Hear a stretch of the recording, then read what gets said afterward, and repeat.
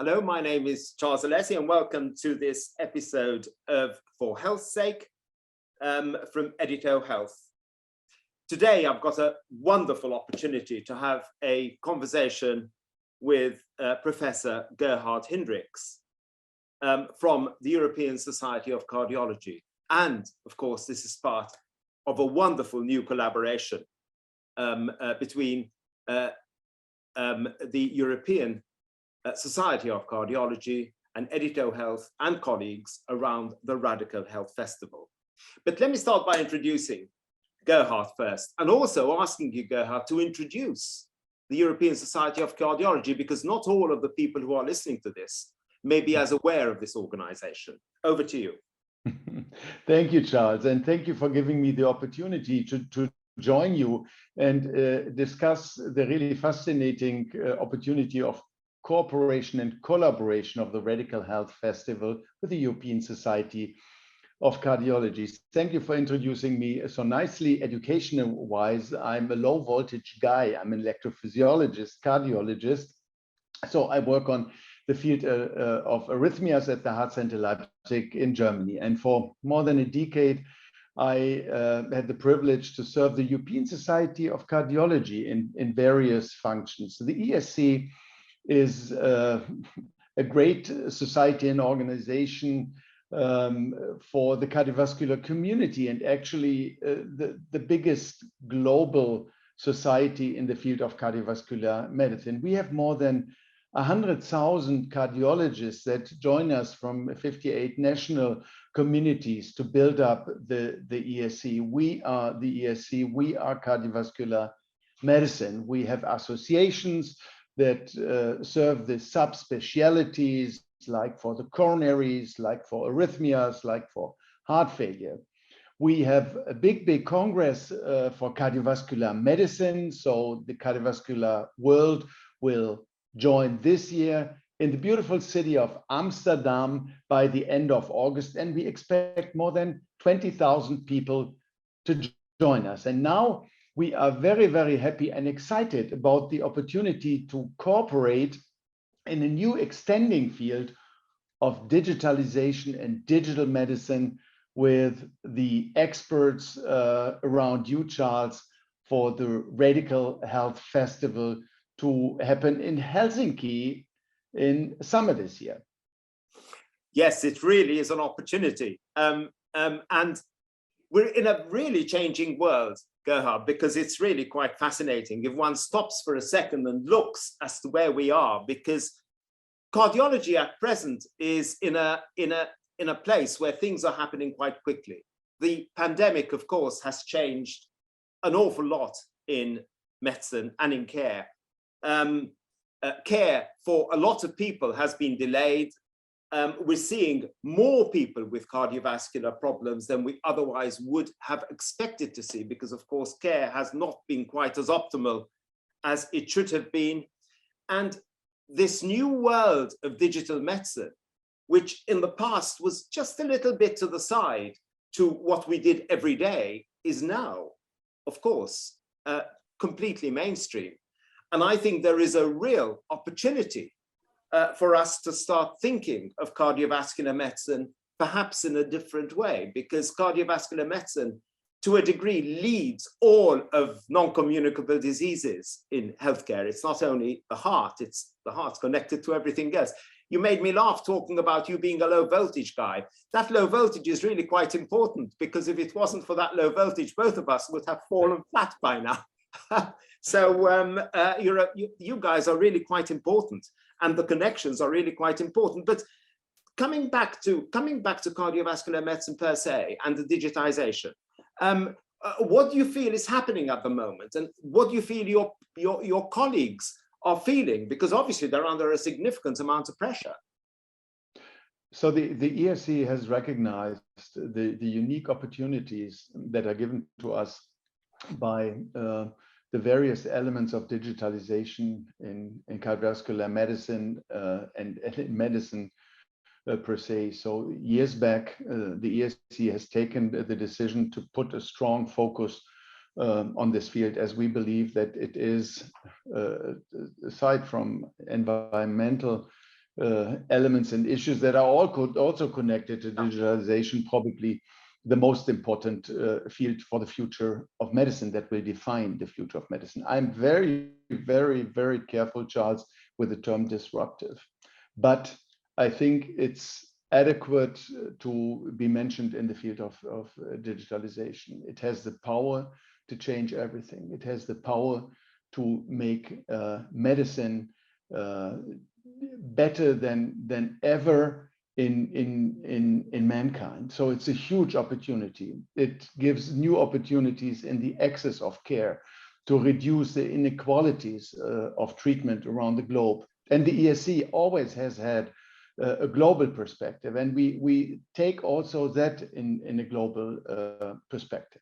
Cardiovascular medicine traditionally has been a front runner in new technologies, and that's also true for digitalization and the implementation of digital tools and techniques and technologies into clinical routine. I will give you just two examples. The AI analytics in the field of electrocardiography have revolutionized the value of the electrocardiogram.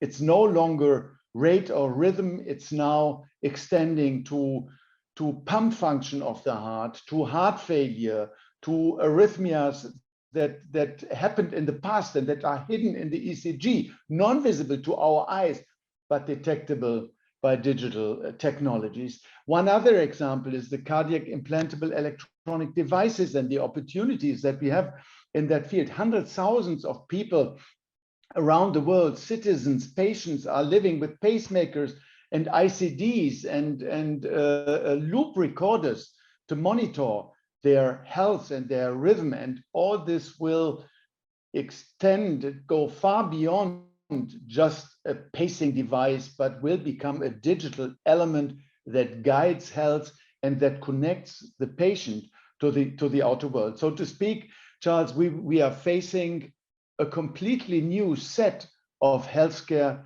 in the future, and we as the ESC would like to reach out across the borders of cardiovascular medicine. We would like to reach out to startups, to oncology, to dermatology, to imaging, to learn and to listen, but also to share where we see achievements and where we see news from the cardiovascular world to the community.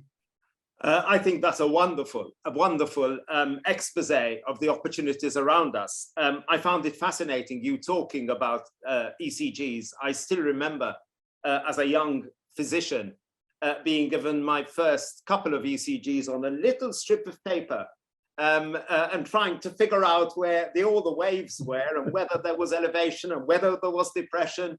And now we're talking about the predictive nature of these traces, where, of course, that was completely impossible in the hands of a young physician. But we were all in that state in those days at the time, and obviously times have changed quite dramatically. I love your view to the future using AI analytics in terms of prediction, using implantable devices for much more than simply pacing.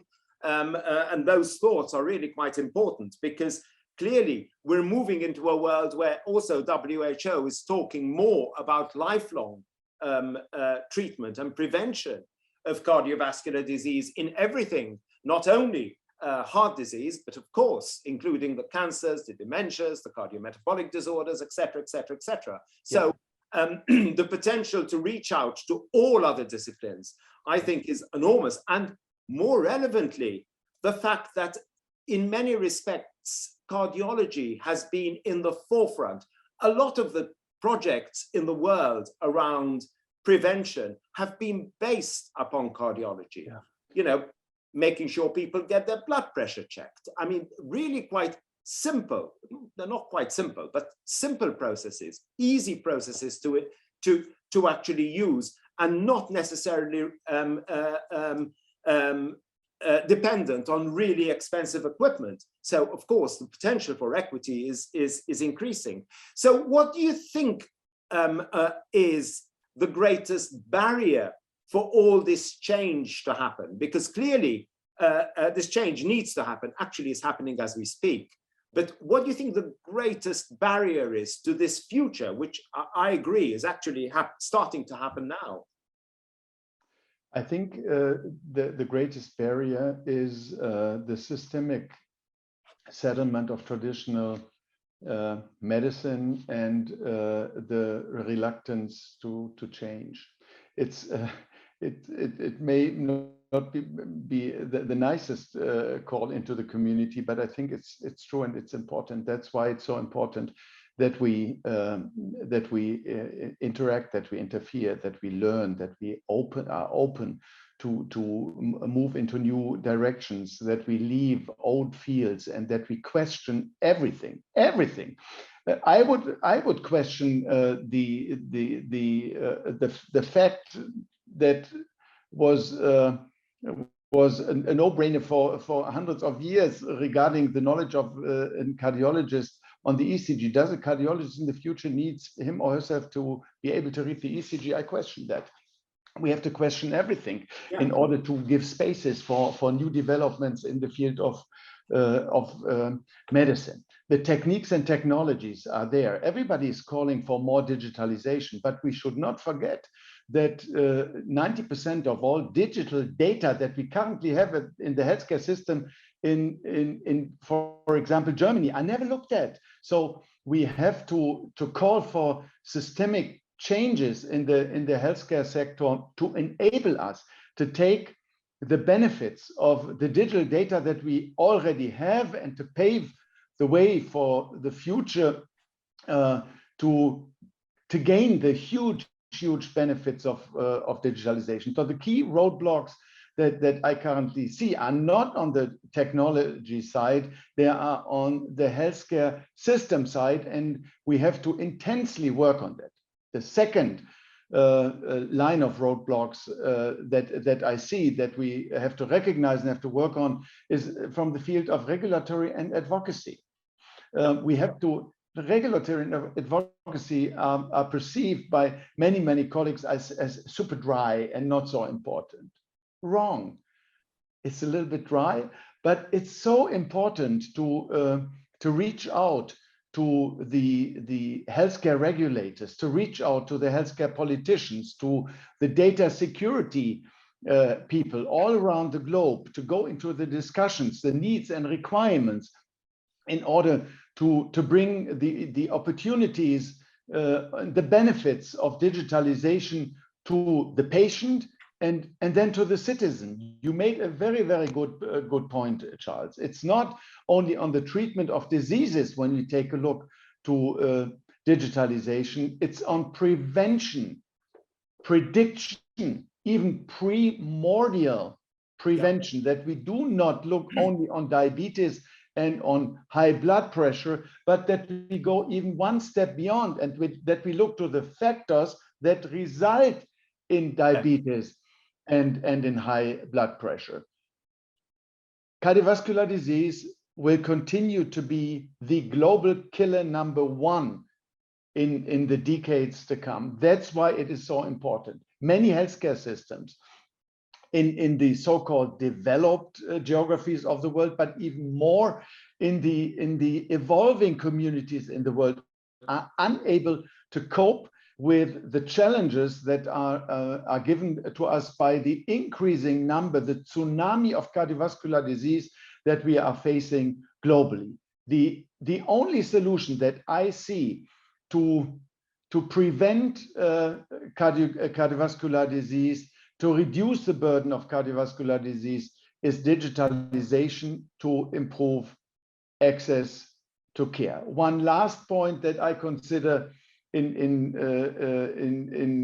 that frame very important, Gerhard, is the huge opportunities of self-assessment, digital self-assessment. Yes.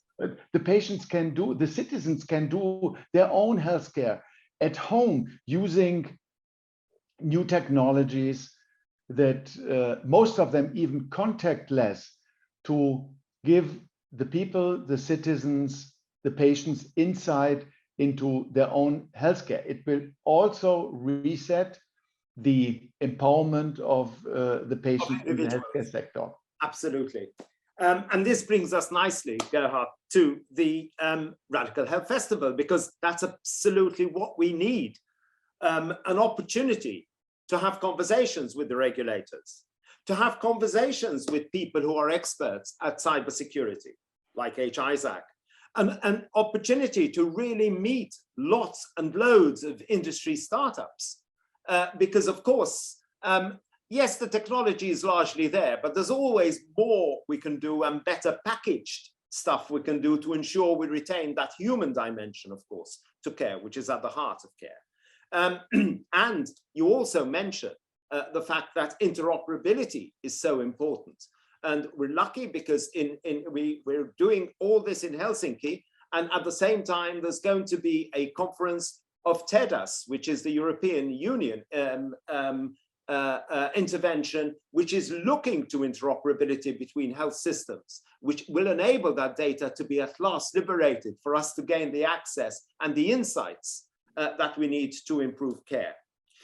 So it's clear we need to be there, and it's clear these discussions are going to go on over the next few weeks and really come to a climax when we meet in Helsinki, where of course we're also helped by the fact that it's daytime all the time there, so the days will be very long and the nights will be very short, so that we can actually pack an awful lot of work within that time and a lot of interactions. Yeah, we are excited. We are absolutely excited, Charles, about this event. We are excited about the opportunities to listen and to learn. We are excited about the opportunities to contribute, to share with the non-cardiovascular community there how we think, what we have achieved, and what we are currently developing in the field of cardiovascular medicine. But from my personal perspective, even more important for me is to be on site and to